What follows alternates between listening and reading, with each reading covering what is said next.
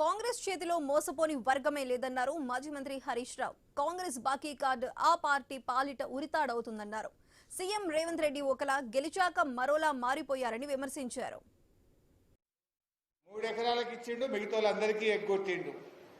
ఇప్పుడు పంచాయతీ ఎన్నికలు ఉన్నాయని చెప్పి 12,000 ఇచ్చిండు, మీద 3,000 ఎగ్గొట్టిండు.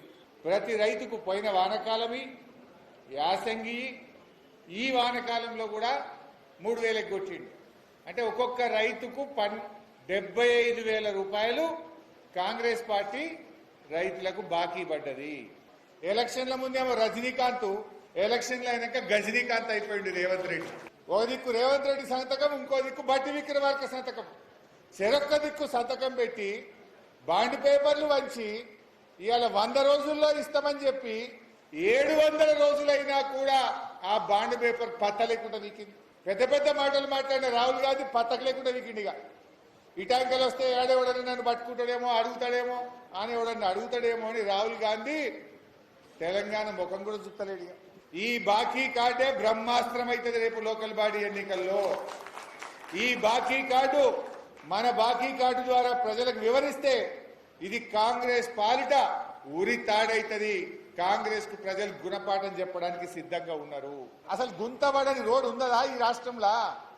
నువ్వు వచ్చినాక ఏమన్నా ఒక్క గింత డాంబర్ పొక్కలన్న ఊడ్చినవా? నువ్వు డాంబర్ పోసి ఫ్యూచర్ సిటీ కట 4 లైన్ రోడ్ అట. ఇక్కడ సిటీ లేదు, ఇల్లే దిక్కు లేదు, దానికి 6 లైన్ల రోడ్ ఎత్తాడట. ఉన్న రోడ్లకేమో గుంతలు పడితే పూడ్చేది తెలివి లేదు. ఫ్యూచర్ సిటీ తర్వాత చూద్దాం, పైసలుంటే ఎంకసీర్ చేయి.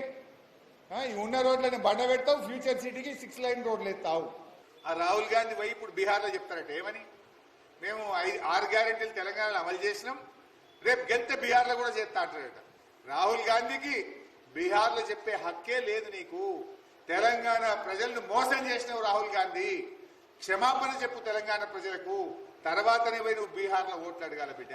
కండ్ల ముంగట గలగల కాళేశ్వరం నీళ్లు, గోదావరి నీళ్లు కాళేశ్వరం కాలువలలో బారుతుంటే కళ్ళుండి చూడలేని కబోదుల్లాగా కాంగ్రెస్ నాయకులు వ్యవహరిస్తా ఉన్నారు. ఇప్పుడు హైదరాబాద్ పోయే నీళ్లు మల్లన్న సాగర్కి వెళ్ళిపోతున్నాయి కదా.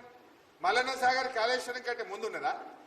మొన్న ఎప్పుడు అన్నాడు రేవంత్ రెడ్డి, మా రాజశేఖర రెడ్డి కట్టిండు మల్లన్న సాగర్ అన్నాడు. సిగ్గు ఉండాలి అడతందుకు. రాజశేఖర రెడ్డి ఉన్నప్పుడు మల్లన్న సాగర్ ఉన్నదా?